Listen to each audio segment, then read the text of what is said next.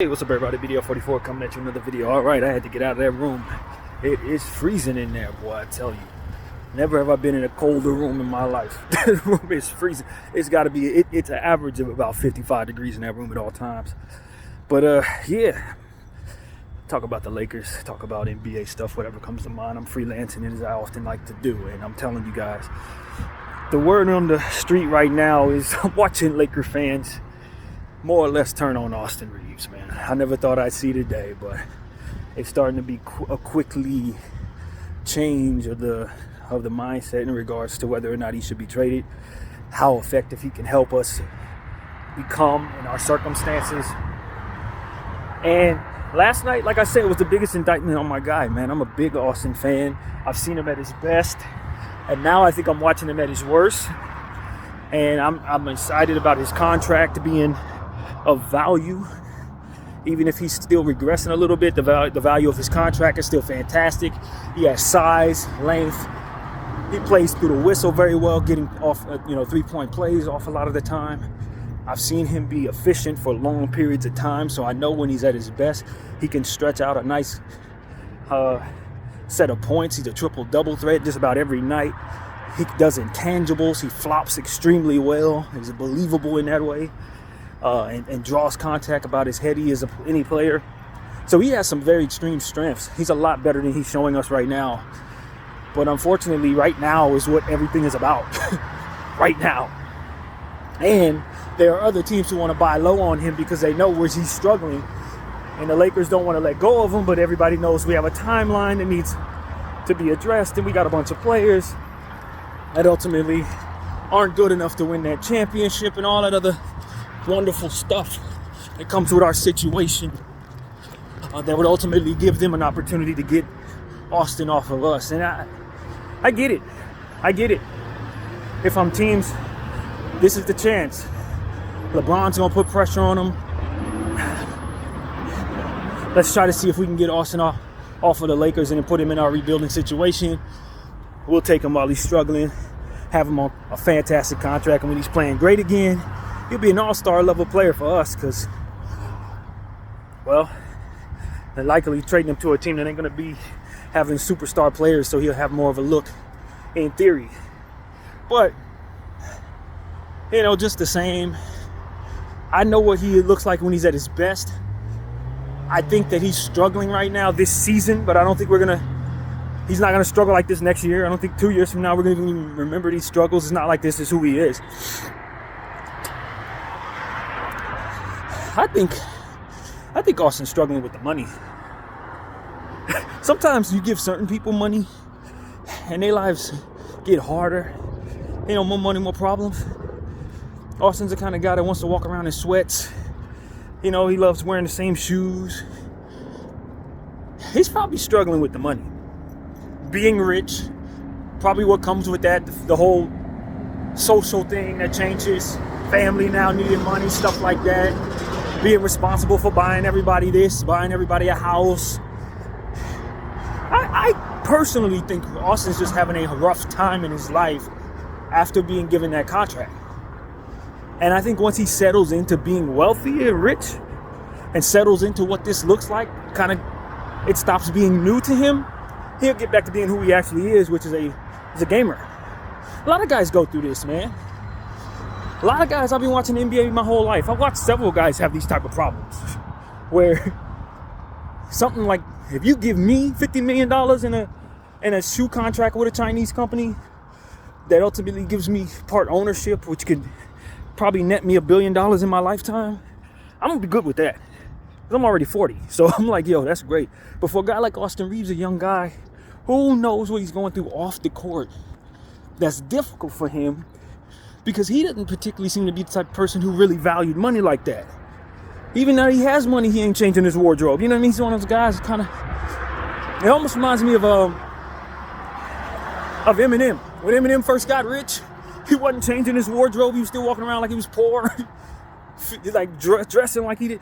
That's who Austin reminds me of. Somebody who really genuinely loves the craft. And that's it. The wealth comes with it, and it ain't all that fun to have the wealth early on. Now, if you look at Eminem now, he's been settled into being wealthy for a long time. And I'm sure Austin will as well if this applies.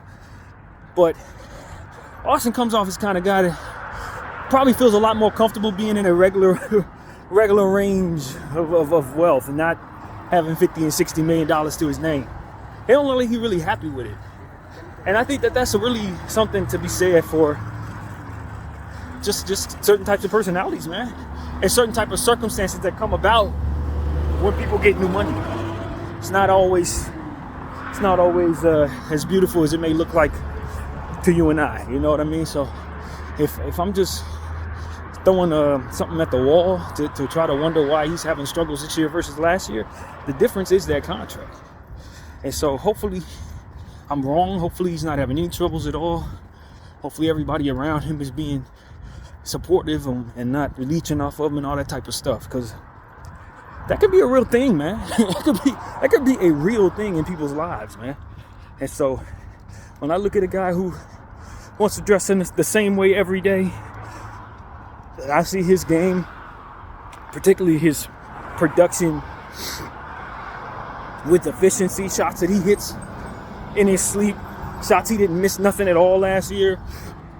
The focus, it's not there. And I just wonder if he's frustrated about some off the court stuff and it's leading to how he's producing on it. I really wonder, you know. And so that's what's coming to mind. You know, not everybody thrives in circumstances where they're supposed to be the breadwinner or what have you, man. I think he might be getting a taste of something that's in that ballpark and he ain't reacting well to it. But nevertheless, that's just me speculating. I don't know Austin. He don't know me. I never met him, nothing like that. But just get a vibe, man. Sometimes it's hard for young people to really come into a lot, you know, and everybody handles it differently. Some people go crazy and do too much. Other people, it starts becoming depressing. It's like, damn, you know, this ain't what I thought it would be, or now everybody wants everything from me, that kind of stuff. So just wonder if Austin dealing with that, man. But yeah, I hope beyond the shadow of a doubt that he snaps out of this soon. He could be struggling with the trade rumors as well. When you sign a contract that's supposed to be trade, not so trade friendly, I guess, for the team that has it. You don't want to trade it because it's valuable to you. You got a player on a nice value contract. He tried to secure himself an opportunity to be a Laker. So if he's struggling, it might be because he's unhappy about the prospect of being traded after signing a contract that should otherwise not be traded. You know what I mean? And maybe the Lakers still value him. Maybe he played it right. Because if he would have signed a bigger contract, it would be more likely we trade him. But even so, it's like now you're getting the rumors going around that the Lakers would be offered more with Atlanta if they insert Austin Reeves, and you look at the circumstances and you just wonder if Austin probably is still going to be traded even though he has this great contract. Now the Lakers have said nothing of the sort of trading Austin Reeves. Their stance has been they are not trading Austin Reeves. Everything we've listened to from everybody has said they're not doing it. But I think the evidence shows, yesterday's evidence, if you want to look at it like that, shows that the Lakers should be looking at whether or not that's the right decision. And that is also something to look at. Like, I hear what you're saying, but yesterday's game put us in a position where we have more to look at and more to wonder about on the negative side of things. And that's just natural. That's what we're seeing in all the nation, Laker Nation, myself included. We're just looking at them saying, are we doing this right? Keeping him untouchable? Are we doing this right? Keeping his value up? Is he going to lose value on our team? You know that? Because of how he's playing and how things are looking. Are we ever going to get this much for him again? You know, if for some reason things go wrong, can we keep him healthy? All these different things come to mind. It's like you start wondering what's the right decision for yourself in regards to a player. And when it comes to Austin struggling, while we're sitting up here saying we ain't going to trade him for something that probably would be a source of a need for this roster in this timeline, you start asking yourself if it's the right decision. So that's really where Laker Nation, I think a lot of us are. Some people already been on board with moving Austin. They're not huge Austin fans. They don't really care for his style of play as much as they care for our team getting better and all that kind of stuff. Is, you know, you're gonna find Laker fans who've been ready to get rid of Austin, but not many until today. And so that's what I'm sensing around the NBA with the Laker fans. We're just kind of like, he really got cooked real bad yesterday. And then we listen to the people that tell us we've been wrong about him. We know his defensive numbers have been not good. Now his three-point numbers ain't been good. He had a game where he scored 8 points a couple days ago and then came back and was 1 for 5 from behind the arc. So it's like the offense isn't visible right now. We're not seeing the offensive stuff.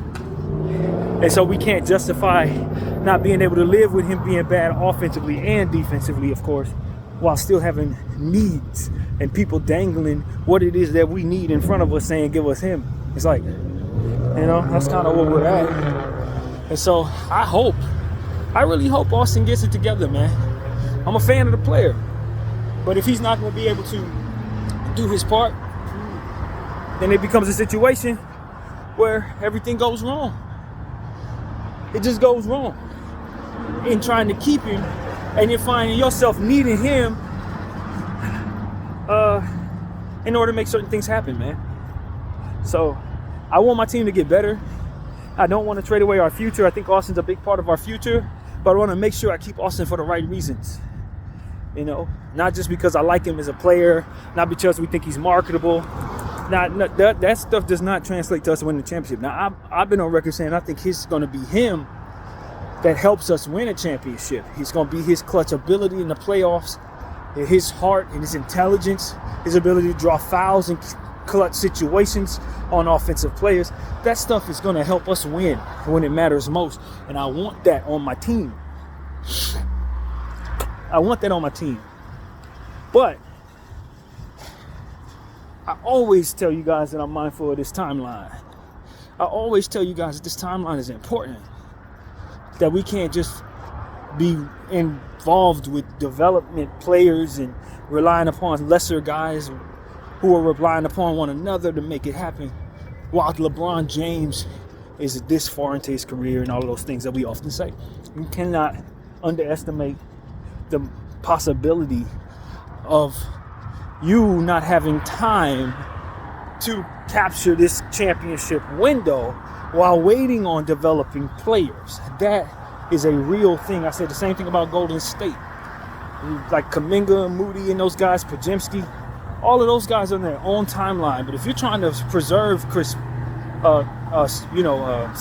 timeline, Draymond and those guys, you can't kind of live in both worlds and expect to have success. You got to either pick one timeline or another and live with the results of that. And so for me, I don't know if we can do that with Austin, Rui, Max, both Maxes, and the younger, Hayes and some of these guys that just flat out need to be developed further before they're ready for the timeline that LeBron is now on. You got to win right now. These guys probably want to win 3 years from now. So it's like, would we just do better to punt the development process entirely and bring us guys on the timeline that are fit Bron right now, who are ready to win right now, who are already where those guys need to be? But if you do that, now you're stuck with a bunch of old guys tomorrow. And all your upside guys are killing it all over the league tomorrow. And tomorrow will be here sooner than you know it. LeBron retires, and now you don't have any of these development guys who would then be ready to push forward with Anthony Davis and whatever else you can bring in. So it's like, are you sure what really is most important? Fixing this year, getting a championship this year and meeting to LeBron's timeline? Or having something in place for when LeBron leaves that isn't absolutely trash? And the answer is, it depends on how much you believe in what you have in these young players. Maybe you can get away with staying in this no man's land and still get a championship if LeBron and AD can drag us there. if these development guys can do enough, maybe you can get away with it. But I tell you, man, the only time we won a championship is when we had older players around Bron and AD. Whether I like it or not, you know I ain't a fan of the vets, but we won when we had a bunch of older guys in the bubble who were ready to go, who were mature enough to overcome that bubble, and mature enough to do what they needed to do on a basketball floor, play their roles, and won the championship. I don't think it becomes a situation where you're looking at what we have and are certain if there was another bubble, you would be able to get through. Not with some of the guys we got youngsters, man, people that are just flat out not really ready. And because they're not ready, we're asking them to do too much and we're getting them frustrated when they don't do it. It doesn't work. It doesn't work, man. So that's what I'm here to tell you guys. You want your team to have some continuity, but you gotta pick something. You gotta pick the timeline you're on, or you gotta pick tomorrow's timeline and keep some of these players that you have so that when they do develop into what it is that they're going to be, you have them on your roster rather than playing against them with a chip on their shoulder because you traded them away when Bron was on the team. You know, so you got to know what you have. Is it worth it? Last time we did it, it made some sense, I think. Trading away kids for AD, obviously you want to do that. But it makes sense to trade away these kids. I don't know. So a lot of these guys are role-playing kids on good contracts. Rui and Austin. You want these two contracts on your books, and you want good, long-standing relationships with those players who are willing to sign those type of contracts upon Bron and AD's tenure being complete with one another. You know, and so that's when you look at Bron. That's when you look at Bron and say, can you live with us not being good enough to win a championship so that you can play in Los Angeles? Or do you need to be somewhere where their championship is coming? And do I have you on board past this season? Or are you going to opt out to sign wherever your son goes if he comes into the league? All of these things matter, man. All of these things hold a lot of weight in trying to determine what's best for your franchise, both now and long term.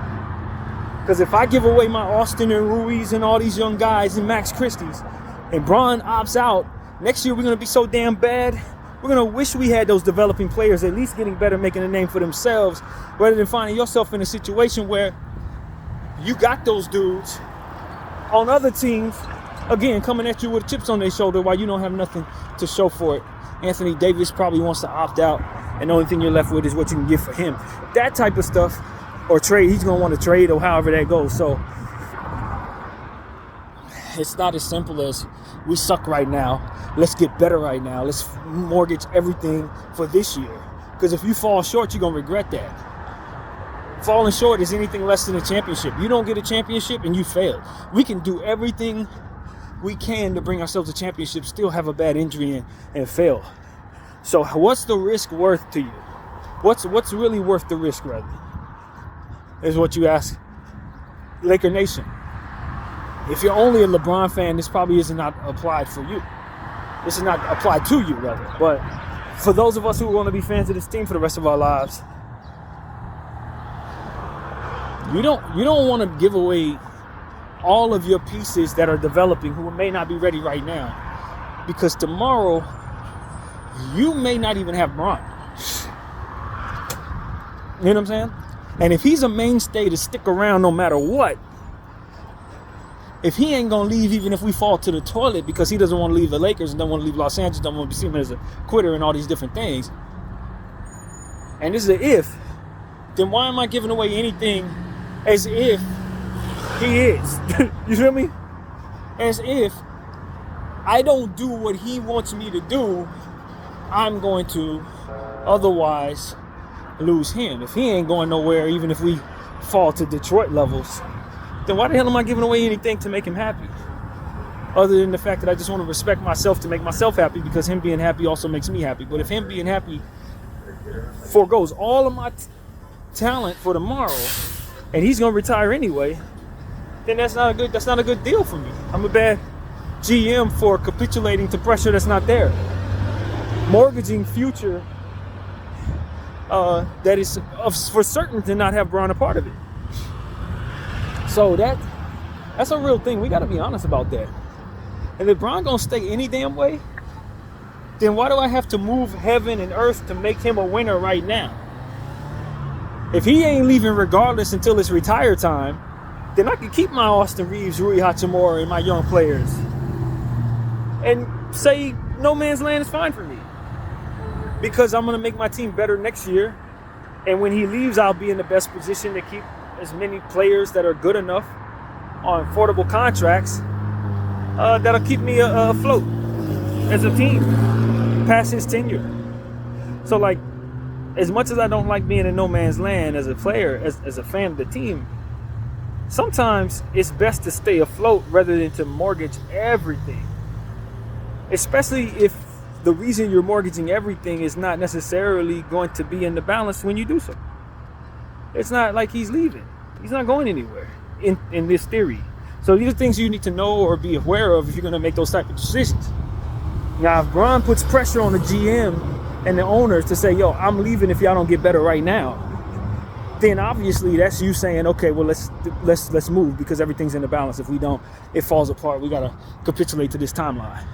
But if that's not where his head is, and he gonna stay in LA regardless, then, then it's probably in my best interest to make sure that everything I want for this team past his tenure is in place upon him leaving when he does retire, which could be any moment now. Or look at it like this: if he is definitely leaving, no matter what, and the only reason why I'm trying to do all this is to make myself a champion this year while he's here, for which is important, but also kicks any chance of us being competent down the road out the window, then, if he's leaving any damn way, then the only thing I really should be thinking about is what makes sense to me as it pertains to trying to maximize an opportunity to get a championship with him versus trying to maximize his trade value and recoup it in different pieces. In other words, we should be trading him if we know he's leaving. Unless you think this is the best opportunity to win a championship between now and the next 10 years, as to which you need to be trading some of that young stuff. Because it ain't no sense in keeping some of our young players just the same if we don't think that someday they can come together and help win a championship. Do you see what I'm saying? So it's a lot of stuff the Lakers need to consider. There's no perfect science to this. You don't really know what the future holds, but you do know that there are things you need to be aware of when you make moves. And these are those things, in my opinion. You need to be aware of whether or not you believe Bron is going to stay or leave, whether you're sure he's going to be leaving for certain, and all these different things. How much you believe in him winning a championship for you, how much you believe in building something after he leaves with the stuff that you already have. And even more so, if you make a trade, can you win with the stuff that you bring in? You know what I mean? These are all things that need to be considered. So for me, I know how complicated this is. And that's why, although I'm ready to see moves made, it's not as simple as to say, let's do what we need to do for this team so we can win, and then we'll win. You got to know that you can win. You got to know this is the right move for you, both short-term and long-term. And to be honest with you, it's a lot of different things that point in different directions and make this very complicated. But I know one thing: Austin Reeves on a good, affordable contract is always going to be desirable. So does it make the most sense to move that contract now, when I need to win for LeBron? Or does it make sense to move that contract later, when LeBron leaves? Or do I even need to move that contract? Does it make me best to keep that contract so I have him in place? It's like a lot of stuff that needs to be really, really thought about. And if all you're thinking about is the short term, believe me, the team's going to be terrible tomorrow. And tomorrow you're going to want to be good enough to make trades. Tomorrow you're going to want to be in a position of leverage to do so. And it takes certain contracts to do that. You can't do that if you're bringing in Zach LaVine's contract, $40 million. 2 years from now, you try to move that thing, people are going to laugh at you. It's going to look like the Westbrook contract. So it's like, you know what I'm saying? These are things we really need to be aware of.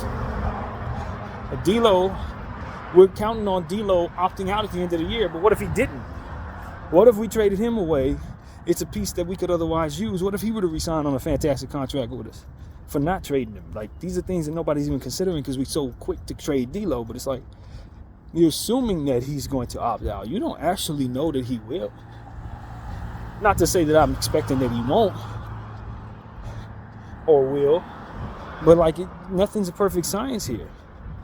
So, I mean, there is a strange world where the Lakers go past the trade deadline and don't make no moves. There's a strange world.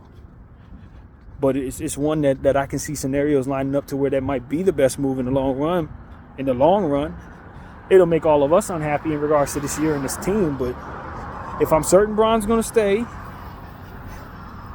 or if I'm certain Bron is going to leave, then those things have to be considered in regards to what contracts are going to be here past that time. Are those good contracts? Are these good players to have on those contracts? Do I have the flexibility to make the moves I need to make to be where I want to be? If I decide to reset, am I going to have the stuff that's going to put me in a position to get the most picks? Because, see, that's a real thing. That's a real thing. If I can't get the picks that can help my reset, you know, if I want to just rebuild, rather, if Bron retires and I want to have a really strong spot from which to rebuild, I need all the picks from here to Texas. If I'm giving away first round picks right now to bring in marginally solid star players that are going to only be good enough for this season to really do anything, and then are going to fall off after that, it's like, what did I really do for myself when it's time for Bron to bounce? Am I good enough to reset, or do I have to just kind of sit in no man's land for a little while? And being in no man's land is terrible. That's the point. We want out of that. Maybe you get lucky and get yourself a player in the second round that can turn into a star. But what you really want is enough draft equity to trade those things that you have so that you can get the most draft equity back when it's time to rebuild. So it's like, I want to make sure I have enough ammo for that if I'm Jeanie Buss. I can't just be thinking about right now and getting championship opportunities for which we may not even reach, when I know that Bron's going to be gone tomorrow and I probably won't be able to recoup what it is he's worth. If I can't recoup what he's worth and he leaves and all 4 or 5 picks worth of what he's worth just goes to Orlando to sign with them because his son go there, what am I looking at now as it pertains to being able to rebuild? I'm looking at AD. Do I have to worry about AD wanting out? Does he start being asked to do too much, as to which he gets hurt and his value gets cut in half? You know, it's like a lot of stuff you got to worry about that Zach LaVine in 2024 ain't about to solve for you. DeJounte Murray in 2024, potentially, depending on what he turns into here, ain't going to solve for you. You can go all in for this year if you want. And then you find out LeBron wants to play for another 5 years and wants these same type of changes next year, and you have less ammo because you gave away everything you needed to get you better next year away this year, trying to mortgage everything as if this was the last minute. You don't know, that man may play till he's 50 and may not want to play for nobody but the Lakers. As to which you're going to need to have ammo to be on his win now timeline for the rest of your damn life. Like, literally, depending on how long he wants to play. So it's like, I can't, that's why I can say any year that you're in is a random year. That's why I always say, it's like this, it's a random year. Yeah, it's a championship year for us because we believe this could be one of his last years with us. So we better go all in now. But haven't we been going through that for the last 7 years with him? Every year is almost his last year. Every year we need to be ready to make trades. Every year he's old. Like, that's always what it's always been. So if that's always what it's going to be, who's to say he don't stay for another 4 years? It's like, I got to have good trade packages for any moves that this timeline that is always right here and now is going to need. And so I can't just be giving away Austin Reeves in theory as if this is the last year Bron gonna play, when I don't know if this is the last year Bron gonna play. I don't know if this is the last year Bron gonna play. I don't, you know what I mean? I don't know nothing other than to say we're not quite good enough to win this year. And to also say that he only plays an average of 50, maybe 50 games a season, 60 games a season possibly. Probably not enough, you know. to be trying to go all in for him. Hey, buddy. So that's really what it comes down to. Do I think Bron is going to stay with the Lakers? Well, I never seen more of a reason for him to leave than his son coming into a different situation in the NBA, and then him being able to, live up to what it is that he said he wanted to do for his family, which is play with his son. Now, he left room for him to play as an opponent against his son, but I think the goal is to try to get him on the team. And if we can't draft him, obviously it'll be an opportunity elsewhere for Bron to opt out and go there. 1-year deal, 2-year deal, just to see his son through his rookie season. I'm not certain LeBron James won't do that, especially given the health scare that we've had with Bronny last year. That may even be more of an incentive for him to do it. So it's like, I got to assume Bron is going to, if we can't get Bronny on our squad, weigh his options depending on where Bronny lands. Imagine Bronny lands in Miami. You think he ain't going to want to go back to Miami? Imagine Bronny goes to Cleveland. You think he won't go back home to Cleveland? Imagine Bronny goes to a great contender like the Nuggets. You think he ain't going to want to? Like, these are the type of things we just need to be honest about, man. We need to be honest about the possibility of LeBron James leaving this team because Bronny's going to be coming in. And so that's why it's like, man, I'm not sure what works, but I wanted to lay everything on the table, all the variables that I see on the table so that people understand that, the Los Angeles Lakers are in a really difficult position, and it ain't as simple as just getting the pieces that'll help this team this season. If you get all the pieces you need this season, and they're not good enough to trade next season when he leaves, you're going to have a hard time getting the stuff you need to be better upon your rebuild. And that matters, so that you're not in the toilet for 7 and 8 years. So you're not in no man's land for 5 years straight. You want to secure yourself the best picks possible. And so this has to be a good decision made by our GM and our ownership. We need to make a good decision right now.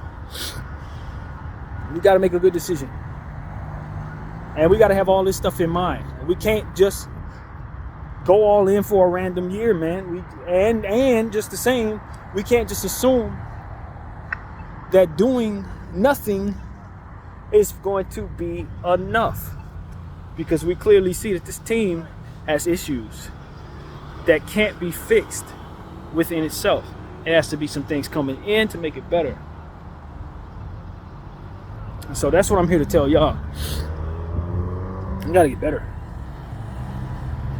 And so whatever's gonna help us do that, I hope people who are much more smart than me are in a position to read the landscape of what the NBA is about to be versus what it is right now, and make a good decision on whether or not they can help themselves to a proper rebuild and a proper championship circumstance, respectively. Because both are on the horizon. AD's already 30, Bron is 39, and the rest of our pieces are complementary at best. A rebuild is on the horizon. Question is, are you going to have enough to bring yourself the best possible rebuild, or are you going to do a partial rebuild? Will you bring in yourself some pieces that'll prolong the process of needing to make a rebuild happen? All of these questions have to be answered. And I don't have those answers. People are just going to have to live with something. And they're going to have to just pick something and deal with it. This is not a way you can secure the fact that this is going to go one way or another. It's going to be you ushering us into the future. GM and Genie, that's what it is, man. And so, that's up to y'all, man. The safest thing to do is not necessarily the most popular thing to do. That's what I will say. And when you say safe, it's like, what are you trying to secure? Are you trying to secure decency, or are you trying to secure a championship? Because those are two different things. If I'm trying to secure a championship, I got to identify if Bron is the best way for me to win a championship, Bron and AD. The best way for me to win a championship, more so than any rebuild process that I would go through, then I got to seize this moment right now. I have to, if I truly believe that. But if I think that me rebuilding is a better chance of me winning a championship, then I have to recoup all of what I have in value. I gotta be able to turn all of this stuff that I have into the best possible draft equity and young talent I can. You know what I mean? And that way, whatever it is my vision would be can be built, and then we can have ourselves a championship off of what it is I believe I can build. You understand what I'm saying? I don't know that you can build anything better than Bron and AD. I don't know that you can draft anything better than Bron and AD. I don't know that you can secure that at all. I don't think you, and when you do, you're prolonging the process of you winning a championship. Because at the very best, you got to wait about 6 years for all of that stuff to come together. Even if you draft a Wemby and a Luka, how long it's going to take before they actually ready to defeat this league? You know what I'm saying? So your rebuilding process is really a reset. Like, start over. Let's start back to where we were with Clarkson when we first got him. And you see how long it's been? That's a whole damn decade ago. So it's like, and we were lucky to win the bubble. We've only gotten one since. So and who got it for you? Bron and AD. So it's like, what's already proven don't need to be reproven. But just the same, how long do you get to keep that anyway? If you choose that, how long do you keep it? How long do you get to keep Bron? 1 more year, 3 more years, 5 more years? How long do you keep Bron? What's AD's thought process going to be when Bron retires?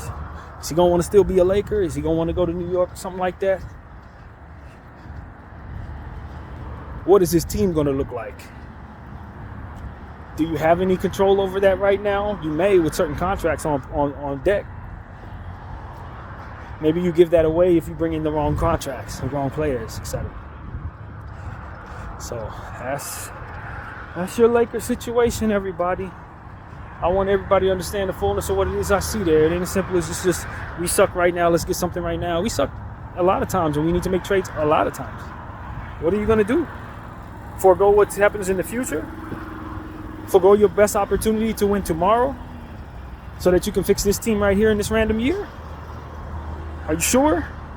Because next year you're going to want something. Last year we wanted something. The year before that we wanted something. The year before that we wanted something. We did something. It didn't work out with the Westbrook thing, and then we needed to undo it. And it's like, you're always going to want something, Laker fans. There's always going to be a year where you just ain't good enough unless we're at the top of the Western Conference. And even that year, you're just one injury away from falling, just like everybody else is all the time. So it's like, what really matters most to you? This season? Or future opportunities to be able to do whatever it is that you would want, which is flexibility. Flexibility is why everybody wants Austin Reeves' contract. Flexibility is why nobody wants Zach LaVine's contract. Because you want to be able to be flexible enough to make the moves that are in front of you and the ones that are coming. And Laker fans always want something. BDL 44, I thank y'all for watching. I'm out.